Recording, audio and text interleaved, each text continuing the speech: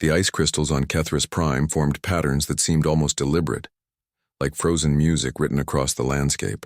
Kira Jensen pressed her gloved hand against the observation window of the survey vessel, watching the abandoned research station grow larger as they descended. The structure jutted from the ice like a broken tooth, dark and silent, its solar panels long since covered by centuries of frost. "Getting anything on the scanners?" Jace Morrow asked from the pilot seat. His fingers danced across the controls with practiced ease, guiding their small ship toward the landing platform that miraculously still seemed intact. Kira checked her readings, frowning at the display. "Power signature, faint but stable. Something inside is still running after all this time." She tapped the screen, deep inside central chamber. "The signal is biological." Jace shot her a look. "Biological? This place has been abandoned for what, 3,000 years according to the registry?" 4,217 years, Kira corrected. She had done her research. The station had been a Dravenir knowledge archive, one of hundreds scattered across this sector before the Great War had scattered their civilization to the stars. Most had been looted or destroyed. This one had simply been forgotten, lost in bureaucratic records and outdated star maps. They landed with barely a shudder. The platform held their weight, which was encouraging. Kira suited up quickly, checking her environmental seals twice. The atmosphere outside was thin and toxic, the temperature well below anything a human could survive unprotected. Jace did the same, then grabbed the equipment case. "You know, most salvagers would just scan from orbit and move on," he said as they cycled through the airlock. "We could be chasing a faulty sensor reading. Or we could be about to find something amazing," Kira replied. Her breath fogged slightly inside her helmet despite the environmental controls. Excitement or nervousness, she was not sure which. The station's entrance had frozen shut, but Jace made quick work of it with a plasma torch. The door groaned open, releasing air that had been trapped for millennia. Kira's suit sensors immediately began analyzing it. Breathable for Dravenir, mostly nitrogen and oxygen. Preserved perfectly by the station's failing but still functional life support. They moved through corridors lined with crystalline storage units, most dark and empty. Emergency lighting flickered to life as they passed, responding to their movement. The power grid was dying, Kira realized, but still trying to fulfill its last directive. "Keep the archive alive. Keep the knowledge safe." "This way," she said, following her scanner toward the biological signature. The signal was getting stronger, more defined. Not just biological, but complex, organized, alive in a way that made her heart beat faster. The central chamber took her breath away. It was vast, circular, with walls that rose into darkness above, and in the center, suspended in a medical cradle of transparent material that glowed with faint blue light, was a creature from legend. The dragon was massive, perhaps 20 feet from nose to tail tip. Her scales were pure white, so pale they seemed to gather and reflect what little light existed. Wings spread from her back, magnificent even in their obvious damage, held rigid by metal framework that had turned green with age and integration into living tissue. "Oh my stars," Jace whispered. "Is that what I think it is?" Kira approached slowly, reverently. She had seen pictures of Dravenir in historical texts, but nothing prepared her for the reality. The creature was beautiful and terrible, ancient and somehow fragile despite her size. The dragon's eyes opened. They were pale amber, almost gold, and they focused on Kira with shocking clarity. "You should not be here," the dragon said. Her voice came from speakers built into the medical cradle, translated into human standard. Each word was carefully formed, as if speaking required great effort. "This archive is sealed. The knowledge within is lost. There is nothing for salvagers to claim." Kira found her voice. "We're not here to loot. I'm Kira Jensen, engineer and medic. This is Jace Morrow. We picked up your life sign from orbit." She gestured to the medical cradle. "How long have you been here?" The dragon was silent for a long moment, those amber eyes studying Kira with unsettling intensity. "My name is Thessian. I have been guardian of this archive for 4,217 years. I have been awake and aware for 3,806 years. The medical stasis failed long ago." Jace made a choking sound. Kira felt her legs go weak. "Nearly 4,000 years conscious, alone, trapped." "Your wings," Kira said, stepping closer to examine the metal framework. Her medical training was screaming at her. The bones had healed incorrectly. fused with the support structure in ways that would make flight impossible. What happened? I was shot down defending this archive during the evacuation, Thessian replied. Her voice held no emotion, as if she had told this story so many times it had lost all meaning. My wing bones were shattered. The field medics did what they could, installing these support frames to stabilize the damage. They said proper surgeons would repair me once we reached the evacuation ships. She paused. The ships left without me. The war was going badly. I was deemed an acceptable loss. Kira felt anger rise in her chest, hot and fierce. They just left you here? They had no choice. Millions were dying. I was one guardian of one archive. They put me in medical stasis, locked the facility, and promised to return when the war ended. Thessian's eyes closed briefly. I stopped counting the years after the first millennium. I stopped sending distress signals after the second. I stopped hoping after the third. Jace was scanning the facility systems. Kira, the power core is ancient but still functional. Medical systems are operational. If we wanted to try something, we have the equipment. Try what? Thessian asked, her eyes opening again. Kira was already running her medical scanner over the wing framework, her mind racing through possibilities. She had been a trauma medic on deep space rescue missions before becoming a salvager. She had seen injuries that should have been impossible to survive. Had performed procedures in conditions that would make hospital surgeons faint. But this was different. This was repairing damage that had been set wrong for 4,000 years. I think I can fix your wings, Kira said quietly. Thessian laughed, a sound like breaking crystal. You are human. You know nothing of Dravenir physiology. Dozens of my own people tried and failed. That's exactly why I might succeed, Kira replied, pulling up her scan results and projecting them into the air. Look at your bone structure. You're albino, which means your bones have a different mineral composition than normal Dravenir. Your doctors treated you using standard techniques, but you needed something different, something they didn't have the framework to understand. She highlighted sections of the scan. Human orthopedic medicine developed completely differently than Dravenir techniques. We break bones and reset them all the time. It's brutal and painful, but effective. Your bones healed wrong because they were stabilized wrong. If we break them again at the correct points and reset them properly, they could heal, right? Thessian stared at the scans, and for the first time since they had entered the chamber, Kira saw something flicker across that ancient face, something that might have been hope, buried under centuries of disappointment. The pain would be extraordinary, Thessian said slowly. I could die from the trauma. Yes, Kira admitted. She would not lie. Not about something this important. But if we do nothing, you stay here until the power finally fails or the station collapses. You've been trapped for 4,000 years, Thessian. Don't you want to at least try? The dragon looked at her for a long, endless moment. The chamber was silent except for the hum of ancient machinery and the soft sound of breathing. Why would you do this? Thessian asked. You do not know me. You owe me nothing. Why would you risk legal consequences? Risk your reputation, risk everything for a stranger from a dead civilization? Kira thought about the rescue missions she had flown, the people she had pulled from wreckage, the lives she had saved and the ones she had lost. She thought about the helplessness of watching someone die because help came too late, or because the damage was too severe, or because someone somewhere had decided they were not worth the risk. Because you've been waiting long enough, Kira said simply. Because someone should have come back for you. Because maybe I can't fix everything that's broken in this universe, but I can try to fix this. Thessian's amber eyes held hers. Then so softly the translator almost did not pick it up, the dragon said, Then try, Kira Jensen. Try and show me if hope still exists. Kira spent the next 10 days transforming a corner of the ancient archive into a makeshift surgical center. Jace shuttled supplies from their ship while she studied every medical log the facility's computer system could provide. The Dravenir had kept meticulous records of their attempts to heal Thessian, and each failed procedure taught Kira something valuable about what not to do. The archive's medical bay still functioned, powered by energy cells that seemed to defy conventional physics. Kira set up monitoring equipment around Thessian's cradle, linking human technology with Dravenir systems through hastily coded translation programs. It was messy work, improvised and uncertain, but it was something.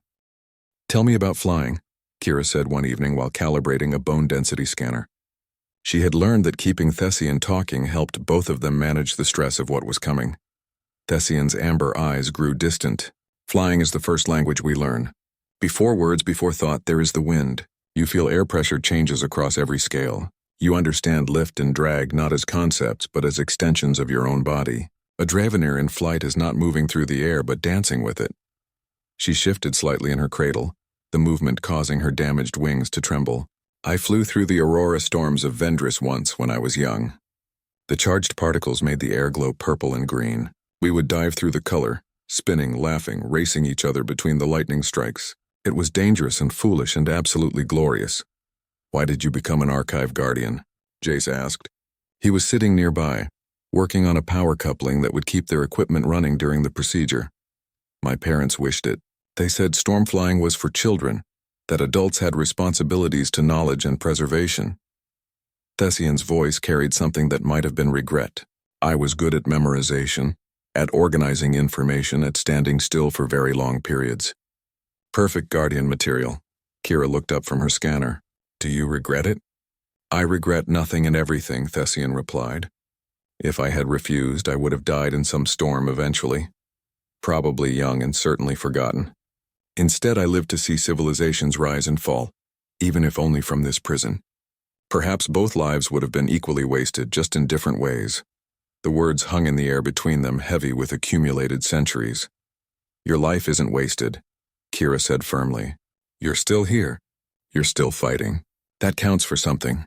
Thessian made a sound that might have been a laugh or a sob. You are very young to speak of such things, human. I'm 32, Kira protested. I was 240 when they sealed me in here. You are an infant speaking to a fossil. Yet somehow, infant, you give me hope. Thessian's eyes closed briefly. That should be impossible after so long. Hope should have fossilized too. The day of the procedure arrived too quickly and not quickly enough. Kira had planned everything down to the smallest detail, created contingency protocols for 17 different complications, and still felt utterly unprepared. She stood before Thessian with her tools laid out, her hand steady despite the fear churning in her stomach. Last opportunity to change your mind, Kira said, trying to keep her voice light. I have not changed my mind in 4,000 years, Thessian replied. I am unlikely to start now. To what you came to do, Kira Jensen. Jace stood ready at the monitoring station. All systems green. Medical scanners online. Power reserves at maximum. Kira injected the sedative mixture she had spent days formulating, watching Thessian's vital signs carefully. The dragon's metabolism was different from anything in human medical databases, but Kira had done her best to compensate. Thessian's breathing slowed but remained strong. Her amber eyes stayed open, watching. You'll feel everything, Kira warned. I can't block all the pain without risking your respiratory system, but the sedatives should keep you from moving reflexively. I have felt everything for 4,000 years, Thessian said quietly. I can endure a few hours more. Kira picked up the surgical laser and began cutting away the ancient metal framework. The material had fused with bone and scale, becoming part of Thessian's body through sheer duration. Each cut required absolute precision to avoid severing nerves or damaging the underlying tissue that would be crucial for flight. The first brace came free with a sound like tearing paper. Thessian's claws dug into the medical cradle, scoring deep marks in the metal. Her breathing quickened, but she made no sound. Talk to me, Kira said, moving to the second brace. Tell me something, anything. There was a draveneer named Korath, Thessian said, her voice strained but steady. He was a storm dancer like I wanted to be. We flew together sometimes. Before my guardian training consumed everything, he tried to convince me to run away, to choose freedom over duty. Kira worked carefully, her entire focus on the delicate task. What happened to him? He died in the aurora storms 3 months before the war reached our world. He dove too deep into a charged vortex and his wings caught fire. They say he was still laughing when he hit the ground. Thessian paused as Kira made another cut. I used to think he was foolish. Now I think perhaps he understood something I did not. What's that? Jace asked from his station. That a short life lived fully is worth more than a long life spent waiting. The second brace came free. Then the third. Kira worked with methodical precision, removing each piece of metal that had held Thessian captive for millennia. With each removal, the dragon's wings sagged further, revealing the true extent of the damage underneath. Now comes the difficult part, Kira said. She picked up the bone resonator, a device designed to create precise fractures. I need to break what healed wrong so it can heal right. Are you ready? No, Thessian admitted. Do it anyway. Kira positioned the resonator against the first major bone structure and activated it. The device hummed, sending vibrations through bone that had been set incorrectly for 4,000 years. The bone resisted, then suddenly gave way with a crack that echoed through the chamber. Thessian screamed. The sound was not human, not anything Kira had heard before. It was the cry of wind through canyons, of ice breaking on distant worlds, of pain given voice after centuries of silence. Vitals spiking but holding, Jace called out, his voice tight. Stay with us, Thessian? Kira fought the urge to stop, to apologize, to undo what she had just done. Instead, she moved to the second site. Keep talking. Tell me about the archive. What knowledge did you guard? Thessian's voice came between gasps. Everything, star maps, medical texts, cultural histories, the complete works of the philosopher Draven who theorized that consciousness continues after death, poetry, music encoded in crystal, the recipe for Therian honey wine, the location of the hidden worlds where the last ancients supposedly retreated. Everything we thought worth saving. The second bone broke. The third, Kira worked with hands that remembered combat surgery, that had operated in failing ship hulks and on makeshift tables while battles raged overhead. She broke bones with precision and reset them at angles calculated to millimeter tolerances. She installed adaptive frameworks that would guide the healing process, made from materials that would integrate with living tissue, rather than fighting it. Hours passed. Jace called out updates on power reserves, on Thessian's vital signs, on the structural integrity of the station around them. Kira barely heard him. Her world had narrowed to bone and tissue, to angle and alignment, to the ancient body beneath her hands that trembled with pain but did not pull away.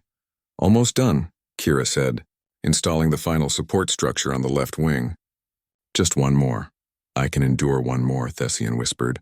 Her voice was barely audible, weakened by hours of suppressed agony. The last bone broke. The last framework went into place. Kira stepped back, her hands shaking now that the immediate work was finished. She checked her scanner, reviewing the results with exhausted eyes. It's done, she said. The bones are reset. The frameworks are installed. Now we seal everything and wait for your body to do the rest. Jace moved quickly, spraying medical foam over the surgical sites. The foam hardened into protective casings that would maintain the proper environment for healing. Kira activated the bone regeneration field, setting it to low intensity for sustained treatment. Thessian's amber eyes were half closed, her breathing shallow but steady. Did you succeed? She asked. I won't know for certain until the bones heal, Kira admitted. But I did everything I know how to do. The rest is up to your body now. Then I suppose I continue waiting, Thessian said. Though this time waiting feels different somehow. How? Kira asked, collapsing into a chair beside the medical cradle.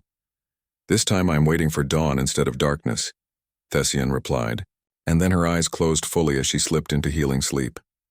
Kira sat beside her through the night, monitoring vital signs and making small adjustments to the medical systems. Jace brought her food she barely tasted and coffee she drank gratefully. The ancient archive hummed around them, keeping its patient alive for one more night, one more chance, one more hope. As false dawn crept across Kethris Prime's frozen landscape, Kira finally allowed herself to believe that maybe, just maybe, she had not been too late this time. The healing took 67 days.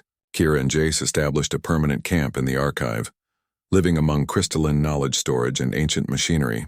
They fell into routines. Mornings meant checking Thessian's progress, running scans, adjusting regeneration fields. Afternoons were for maintaining equipment and managing their increasingly concerned employers, who wanted to know why a simple survey mission was taking months. Thessian woke and slept in cycles, her body demanding rest as it rebuilt structures that had been broken for millennia. When she was awake, she talked. She told stories of the Dravenir civilization before the war, of cities that floated on magnetic fields and festivals celebrated beneath triple suns.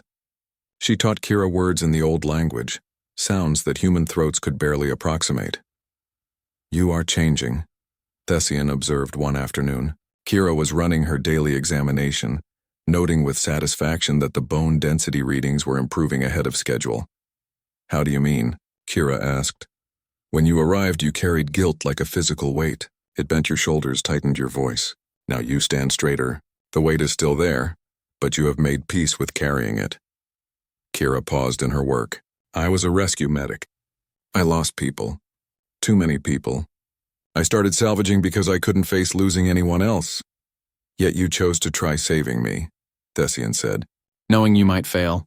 Knowing I might die under your hands. That takes more courage than running away. Or more arrogance, Kira replied. Who am I to think I could fix what dozens of Dravenir doctors couldn't? You are someone who tried when others had given up. That matters more than success or failure. Thessian shifted slightly, testing her wings with small movements. The pain was less now, replaced by itching that signaled healing. I think perhaps we saved each other, Kira Jensen. On day 43, Thessian's wings moved independently for the first time. Just a small flex extending a few inches before carefully folding back. But it was movement without the grinding resistance of damaged bone, without the metal framework that had imprisoned her. Again, Kira encouraged. Slowly. Let the muscles remember.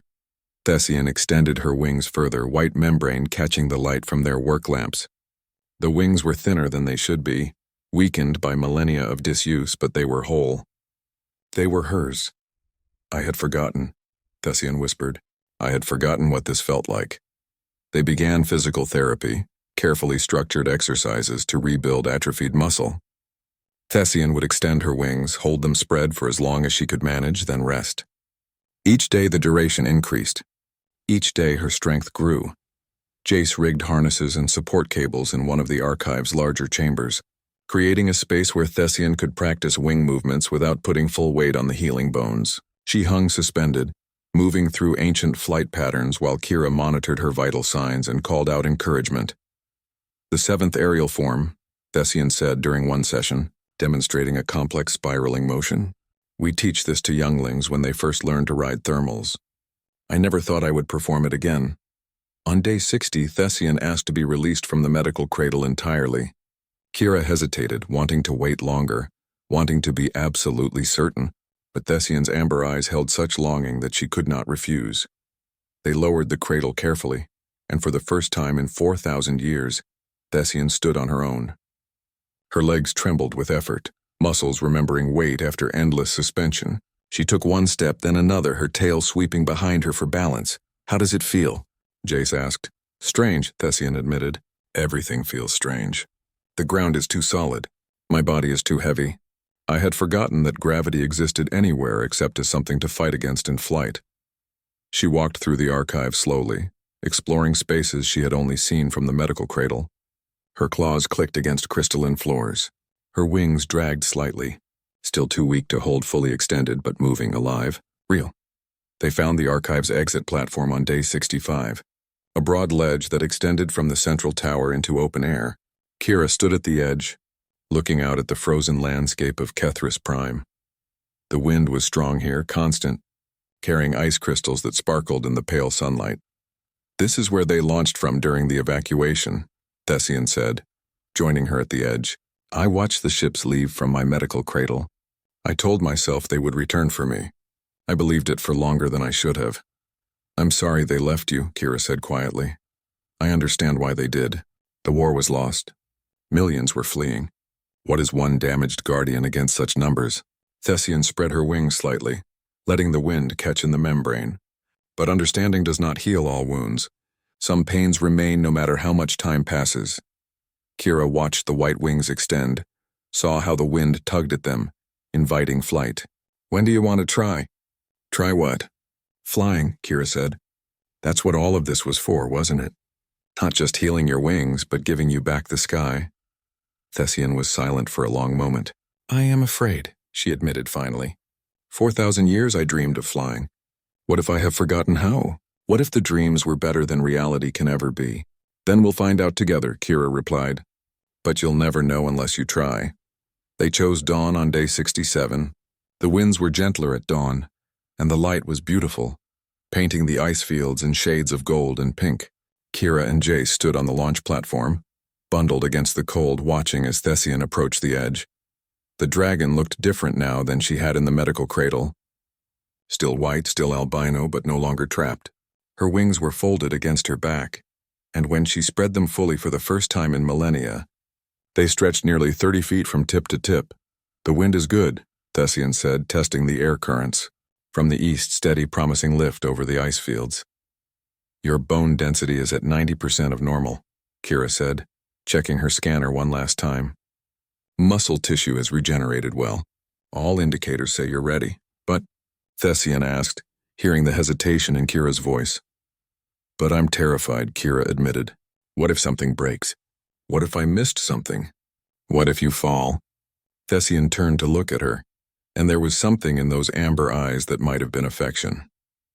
"Then I fall, Kira Jensen, and you will have given me this moment of hope, which is more than I had for 4,000 years. That is enough."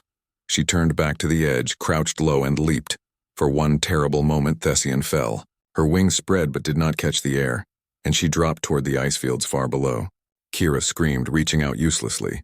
Then Thessian's wings adjusted, angled, caught the wind with a crack like thunder. She rose, climbing on a thermal that Kira could not see, spiraling upward with movements that were uncertain at first but grew more confident with each wing beat. "She's flying," Jace whispered. "Stars above, she's actually flying." Thessian climbed higher, her white scales catching the dawn light until she seemed to glow. She performed a simple loop, testing her wings, then a more complex spiral.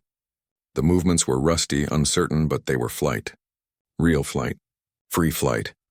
She flew for 17 minutes before exhaustion forced her to land. She came down on the platform with less grace than she launched, stumbling slightly, her legs shaking with effort. But she was laughing. A sound like crystal bells, like wind through canyons, like joy given voice after silence lasting ages. "I flew," she said, her voice filled with wonder. "Kira, I flew. I felt the wind. I remembered the old patterns. Everything came back as if no time had passed at all." Kira was crying, she realized. Tears were freezing on her cheeks in the cold air. "You were beautiful up there." "I was free," Thessian corrected. She folded her wings carefully, muscles trembling with fatigue but satisfied. "For 17 minutes I was completely free." They stayed on Kethris Prime for another month while Thessian built her strength. Each day she flew longer, farther, higher. She relearned the aerial forms of her youth, the complex maneuvers that required split-second adjustments and perfect balance. She flew through ice storms and clear skies at noon and midnight, learning her new wings the way a musician learns a new instrument. On their final day at the archive, Thessian stood with Kira on the launch platform one last time. "Come with me," the dragon said. "I can't fly," Kira protested. "No, but I can carry you. Let me show you what you gave back to me." Kira climbed onto Thessian's back, secured by hastily rigged harnesses. It felt insane and wonderful and terrifying. Thessian crouched, spread her wings, and leaped. They soared over Kethris Prime, over ice fields that glittered like diamonds, over ancient ruins and new ice formations. The wind tore at Kira's suit. The cold was brutal despite her heating systems, but she did not care. She understood now what flying meant, what it felt like to dance with the wind. "Thank you," Thessian said over the rushing air, "for seeing me as someone worth saving, for trying when you could have walked away, for giving me back my sky."